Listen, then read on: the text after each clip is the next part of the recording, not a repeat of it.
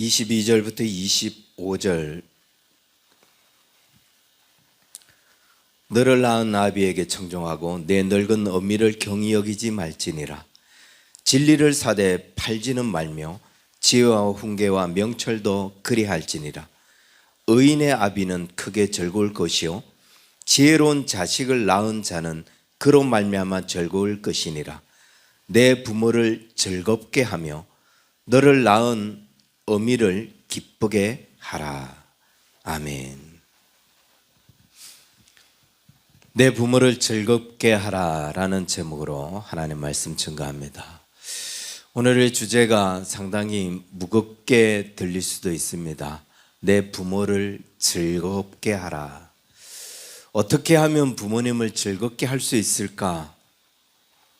방법이 참 쉽고 단순하면서도 부모님을 공경하지 않은 사람은 굉장히 무거운 주제로 들릴 수 있어요. 우리 엄마가 우리 아빠가 어떻게 해야 즐거워하지? 뭘 해드려야 부모님이 즐거울 수 있지?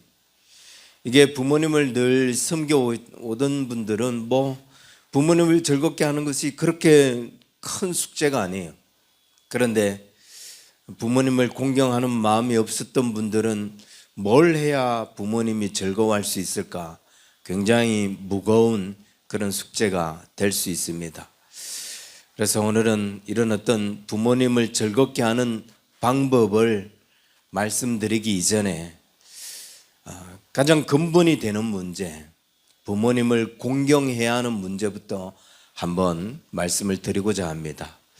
저는 솔직히 요즘 아이들에게 이런 교육이 먹힐까 의심이 됩니다. 세상의 모든 부모는 너를 낳았다는 이유만으로 공경을 받아야 하고 존경해야 한다라고 할 때 이 말에 공감을 하고 그들이 정말 부모를 공경할까? 아니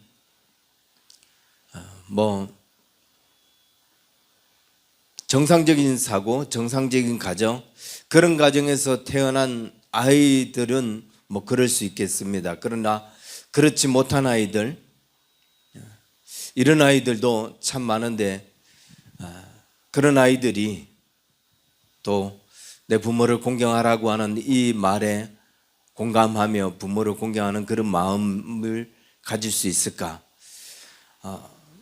아무리 의술이 발달했다 할지라도 출산하는 문제는 굉장히 큰 문제예요. 의술이 아무리 발달해도 그 해산의 고통을 달리 대신해 줄 수는 없거든요. 예전에는 이 출산하는 문제, 이거는 생사가 오가는 그런 문제이기도 했습니다. 이 말은 그만큼 힘들고 어렵게 부모님이 너를 낳았다는 거예요. 부모님이 그만큼 어렵게 우리를 낳아주셨다는 거죠. 그래서 우리는 이거 하나만으로도 부모님을 공경하고 존경하기에 충분하다라고 말씀을 드리고 싶습니다. 근데 요즘 아이들이 그렇지 못합니다. 물론 가정 불화로 가출하는 청소년들이 늘기도 하고 미혼모 출산으로 인해서 이미 나면서부터 버려진 아이들, 이런 아이들에게 부모를 공경하라는 말이 먹힐 리가 없겠지만 그러나 더 심각한 것은 정상적인 가정에서 자란 아이들, 그런 아이도 결코 안심할 수가 없는데, 왜냐하면 가끔 봅니다. 오은영의 금쪽 상담소, 그게 등장하는 이 아이들 보면 정말 답이 없는 아이들이 많아요. 물론 그 근본적인 원인이 부모가 자녀 교육을 잘못했기 때문에 이루어지는 그런 현상들이 참 많은데, 거기에 등장하는 이 아이들 보면서 이 아이들이 만약 이 상태가 치유되고 회복되지 않는 상태에서 자란다면 이 아이들이 과연 부모님을 공경할 수 있을까? 아니, 부모 공경은 둘째치고 이 아이들이 이대로 성장했을 때 사회생활은 제대로 할 수 있을까? 인간관계를 제대로 형성하면서 그렇게 살아갈 수 있을까라는 그런 의심이 들 정도로 정말 심각한 그런 가정들이 많이 있다는 거예요. 이유이 어떻든 원인이 어떻든 부모가 교육을 잘못했든 부모가 무지하든 가난하든 못났든 모든 부모는 존경을 받아야 하고 공경을 받아야 한다는 거예요. 비록 부모님의 생각하시는 것, 말씀하시는 것, 행동하는 게 너무 구시대적이에요. 내 생각하고 맞지 않아요. 좀 이런 사고를 가지고 이런 행동을 했으면 좋겠는데 그런 부모님의 사고와 행동과 말이 이해가 되지 않아요. 그런다 할지라도 그것은 그 부모님이 살아온 삶의 방식이었고 그 부모님이 살아온 시대적 사고였어요. 그래서 그 시대적 사고를 이해하고 존중해 줄 알아야 합니다. 내 부모는 너무 구시대적이다. 그래서 부모님하고 같이 있는 게 창피하다. 그런 자녀가 있는지 모르겠지만 제가 가끔 고향에 내려가면 부모님이 기다렸다는 듯이 여러 가지 일을 시킵니다. 그러면 저는 내가 생각하기에는 이렇게 하는 것이 훨씬 일을 수월하게 하는 것 같지만 저는 절대로 그렇게 하지 않아요. 어머님이 하라고 하는 대로 해요. 왜냐하면 그게 어머님이 살아온 방식이었고 그게 어머님이 원하는 것이기 때문에 내가 생각하기에 이렇게 하는 게 더 수월할 것 같지만 그러나 이대로 해드려요. 어머님이 해달라고 하시는 대로. 그래서 어머님이 그렇게 사용해 보셨다가 나중에 야야 저번에 보니까 네가 이렇게 하는 게 더 좋겠더라 라고 하면 그때 가서 제가 한 번 더 해드리면 되니까 내가 조금 힘들고 내가 좀 더 수고하면 되는 것이기 때문에 저는 결코 어머니 그거보다도 이렇게 하는 게 좋습니다 라고 말하지 않아요. 왜냐하면 만약 내가 이렇게 하는 게 좋을 것 같아서 이렇게 하는 게 좋아요 라고 해놨는데 내가 올라왔을 때 어머님이 그게 너무 불편한 거예요.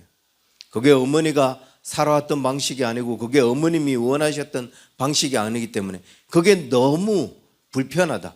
그게 마음에 들면 다행이지만 그게 불편하면 어떻게 했어요? 내가 내려올 때까지 어머님은 그걸 불편하게 여기시겠죠.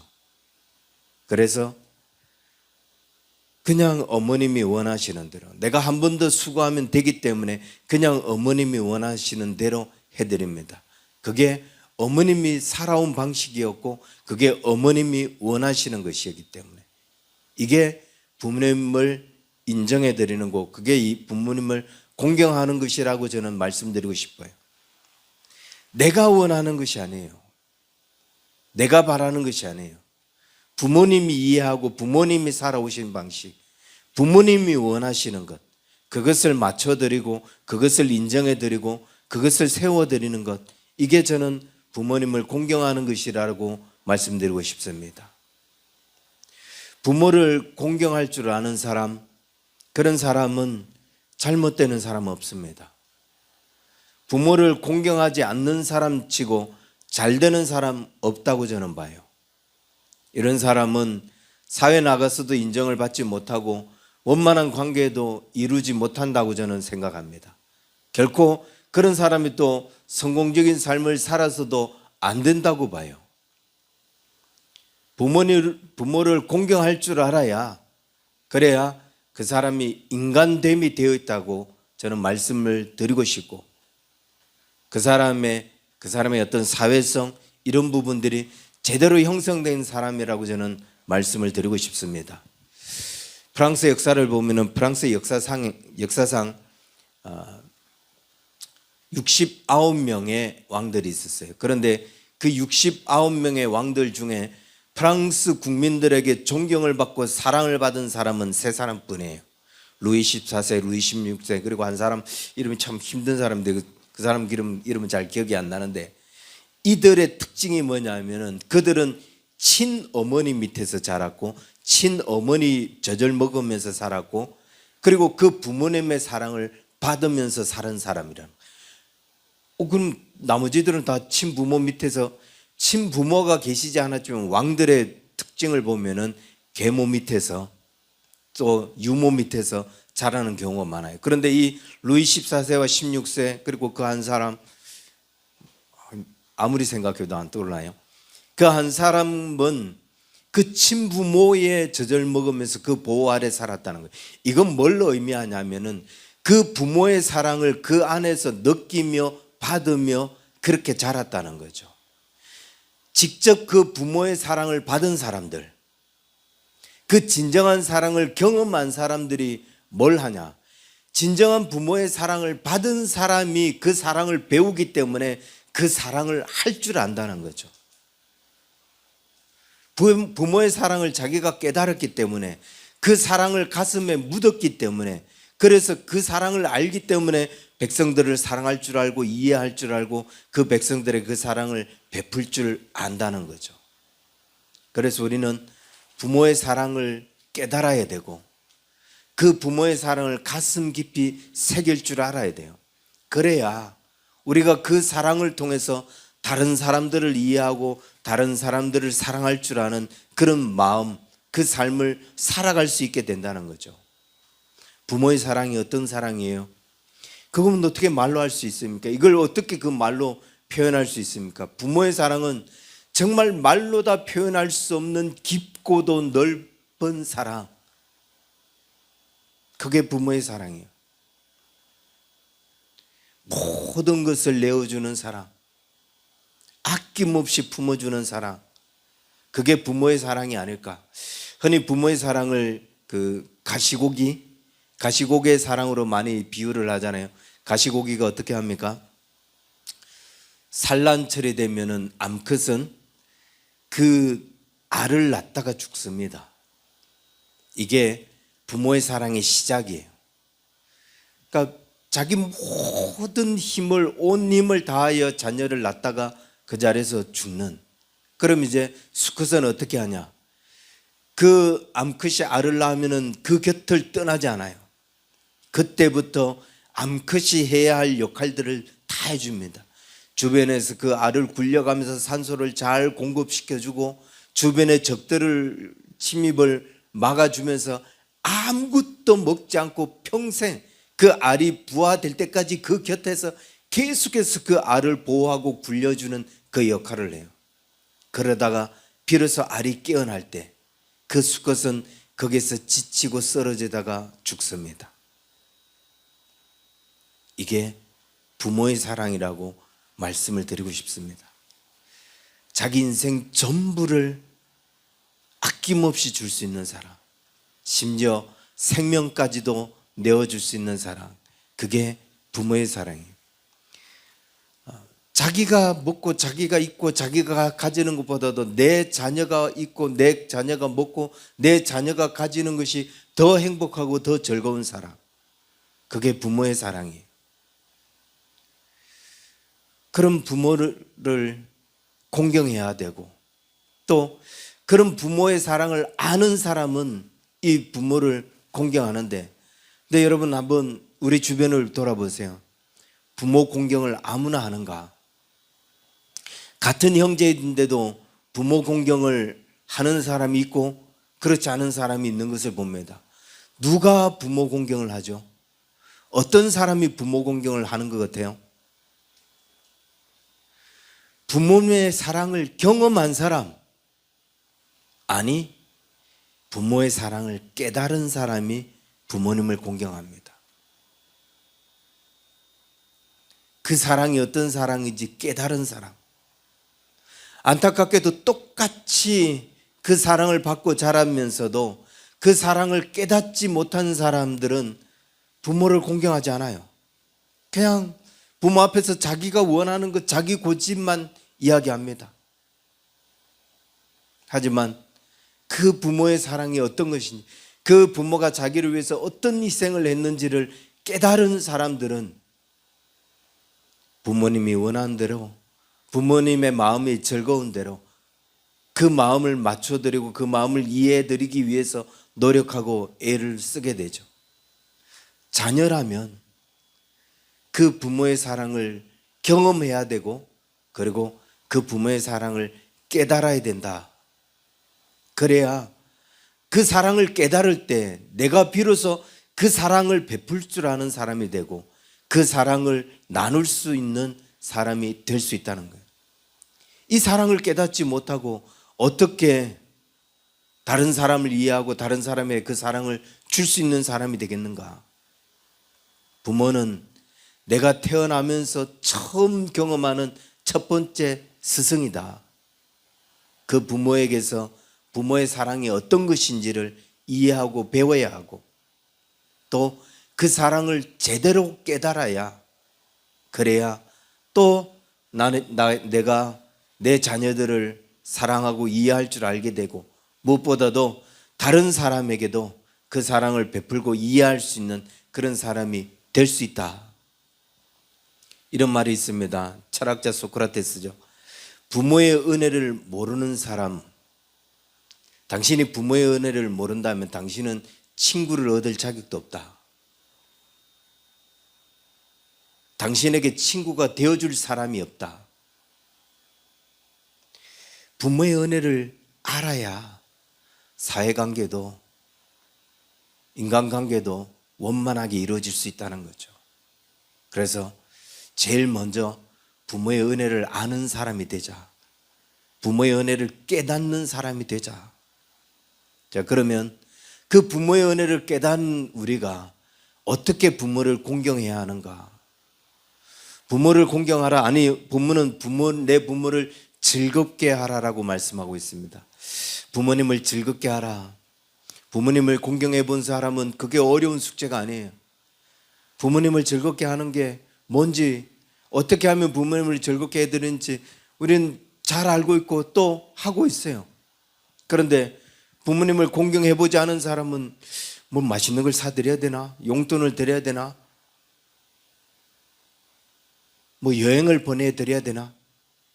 그런 고민들을 하겠지요. 용돈 드린다고 해서, 여행을 드린다고 해서, 좋은 선물을 해드린다고 해서 부모님이 즐거워하실까? 그 한순간에는 즐거울 수 있겠지만 어떻게 해야 부모님을 즐겁게 해드릴 수 있는가? 무엇이 부모를 즐겁게 해드리는 건가? 우리가 읽은 이 본문 24절은 이렇게 이야기합니다. 25절에서 내 부모를 즐겁게 하며 너나는 의미를 기쁘게 하라라고 말씀하면서 그 전 24절에 의인의 아비는 크게 즐거울 것이요 지혜로운 자식을 낳은 자는 그로 말미암아 즐거울 것이니라 라고 이야기합니다. 무슨 말이냐? 첫 번째, 의인의 아비는 크게 즐거울 것이다 라고 했어요. 달리 말하면 내 자녀가 의인이에요. 그럼 부모는 그냥 그 자녀 보고 즐겁다는 거예요. 내 부모를 즐겁게 하라.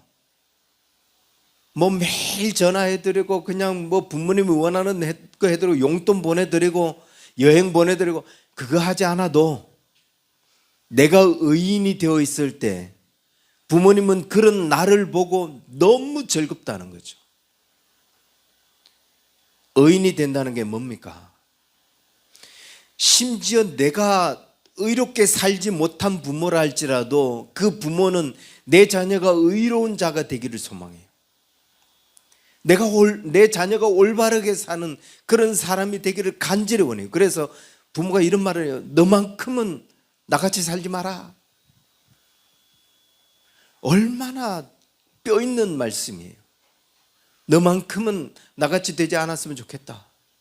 그만큼 내 자녀들은 의롭고 올바르게 그렇게 살았으면 좋겠다는 거죠. 그렇다면 의인이 된다는 것, 의롭게 산다는 것, 그게 뭐죠? 의인, 옳고 그름을 분별하는 게 의인이에요. 옳고 그름을 분별할 뿐만 아니라 옳은 것을 선택하며 사는 사람이 의인이에요. 그럼 옳은 것은 뭐죠?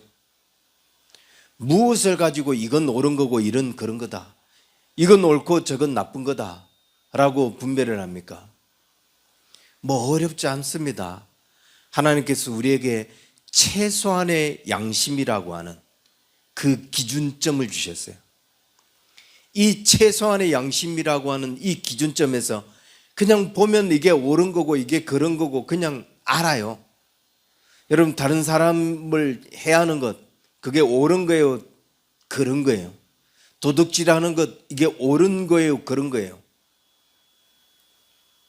남의 것을 훔치는 것 이게 옳은 거예요, 그런 거예요? 최소한의 양심에서 그냥 그거 보면 이건 그런 거고 이건 옳은 거고, 그 최소한의 양심을 통해서 하나님은 그걸 알고 분별하고 판단할 수 있게 하셨다는 거예요. 선천적인 지식이에요. 그런데 현재 우리나라는 어떤 상황이냐? 이 선천적인 지식을 무시합니다. 이 선천적인 지식을 부정하고 있어요. 거짓말을 해놓고 안 했다고 박박 우겨요. 도둑질을 해놓고 안 했다고, 아니 도둑질을 해도 되는 것처럼 이야기를 해버려요. 자기 전과가 많으니까 우리나라 국민만큼 전과가 많은 사람이 그 나라가 없습니다 라고 이야기를 해버려요. 전과가 있는 걸 평범한 것처럼 말하고 그걸 가지고 따지는 사람을 이상한 사람이라고. 그 같은 당의 출신에 출마했던 애가 그러잖아요. 내가 전과가 있는데 그거 따지지 마라. 그거 따지면 가만두지 않겠다. 그 전과를 없애기 위해서 특검법을 발의하고 국정조사를 열어서 조직 수사니 그렇게 덮어 씌우려고 합니다. 그런데 버리면 버릴수록, 조사를 열면 열수록, 캐물으면 캐물을수록 맞네, 그럼 잘못했네, 드러나잖아요. 근데 너무나 서글픈 건 이게 먹혀 들어가요, 이 사회에서. 아니, 이 사회에서 먹혀 들어가는 게 아니라 저 언론들, 레거시 미디어들, 그 여론을 조작하는 사람들에게는 그게 마치 먹혀 들어가는 것 같아요. 그 억지가 통하고 있어요. 그리고 이 사회가 그 억지가 평범한, 그 부정부패가 당연시 되어지는, 여론조사가 대수롭지 않은 그런 사회가 되어버렸어요. 32번의 탄핵을 해놓고도 이게 아무 문제가 없는, 우리나라 정치 역사뿐만 아니라 세계 정치 역사에서 이런 일이 없는데도 그게 뭐가 잘못됐는데 라는 수준의 도덕성을 가지고 있는 게 지금 우리나라라고. 이런 거에 우리는 지금 세뇌되어져 가고 있어요. 괜찮은가 보다. 하나님께서 우리에게 선천적인 지식을 주셨는데 저게 잘못됐다는 게 무엇이 옳고 무엇이 그런지 분명하게 아는데, 그런데 내 자녀가 만약 이 선천적인 지식이 무뎌졌다, 그래서 제가 뭐가 옳고 뭐가 불의한지를 모르는 자녀로 살아간다면 부모된 우리의 마음이 어떻겠느냐. 아니, 대놓고 이야기하겠습니다. 좌파들이야, 지 자녀들이 정가 오부모로 살아가고 거짓과 위선 그런 옳고 그름을 분별하지 못하고 살아가고 정가 오부모들, 그래 너는 앞으로 정치인이 되면 좋겠다라고 극찬할지 모르겠지만, 정상적인 사고를 가진 부모들, 그 부모가 내 자녀가 그런 생각을 가지고 살고 있다, 내 자녀가 그런 삶을 살고 있다라고 할 때 여러분 얼마나 괴롭고 얼마나 힘들겠어요. 옳고 그름이 무엇인지 분별하지 못하고 산다면 얼마나 마음이 아프겠어요.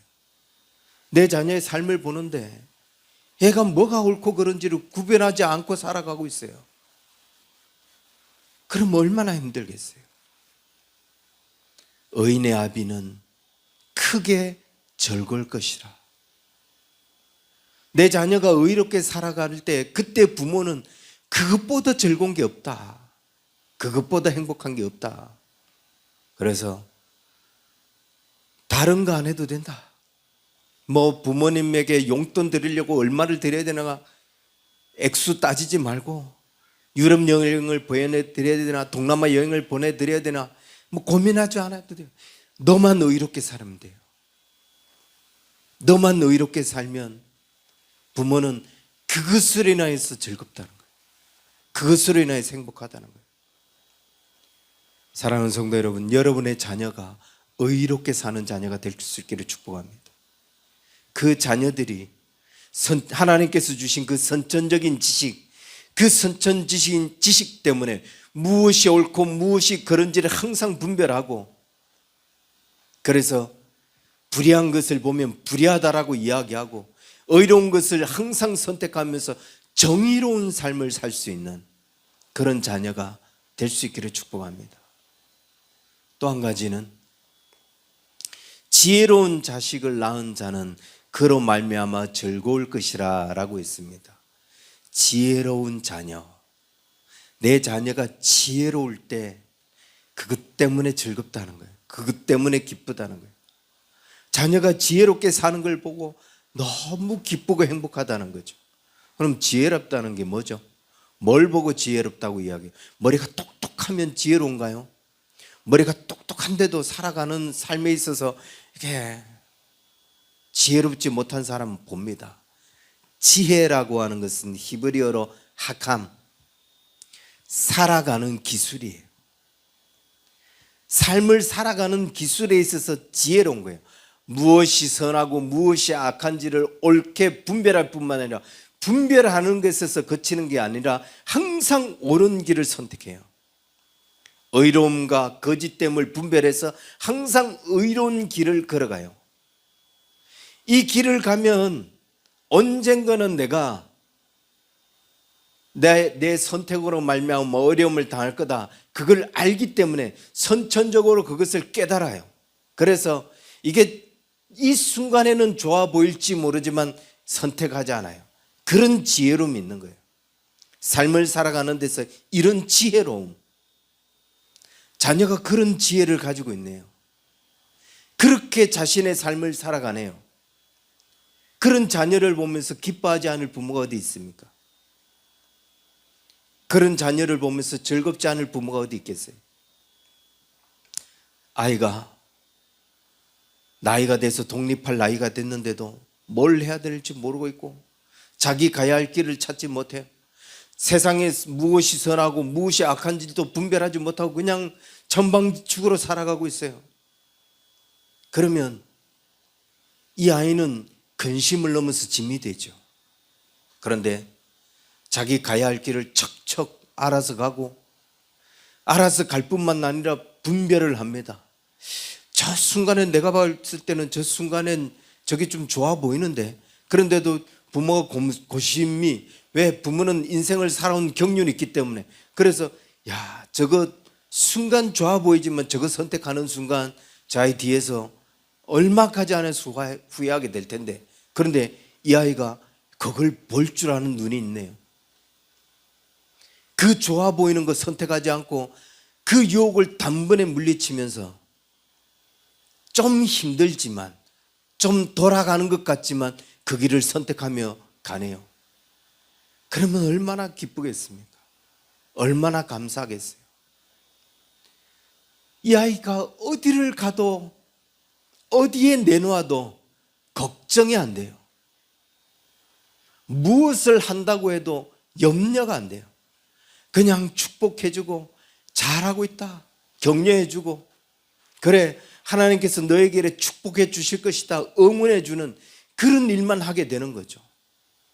지혜로운 자녀. 지혜롭다는 말의 반대말이 무슨 말이겠어요? 어리석다. 어리석다는 말은 영어로 absurd, 기머거리라는 라틴어에서 시작된 말이에요. 지혜로운 말을 듣지 않는 거예요. 기머거리요. 옆에서 충고를 해주는데도 너 그렇게 하면 그게 순간은 좋아 보일지 모르지만 시간이 지나면 너 반드시 그것 때문에 후회해.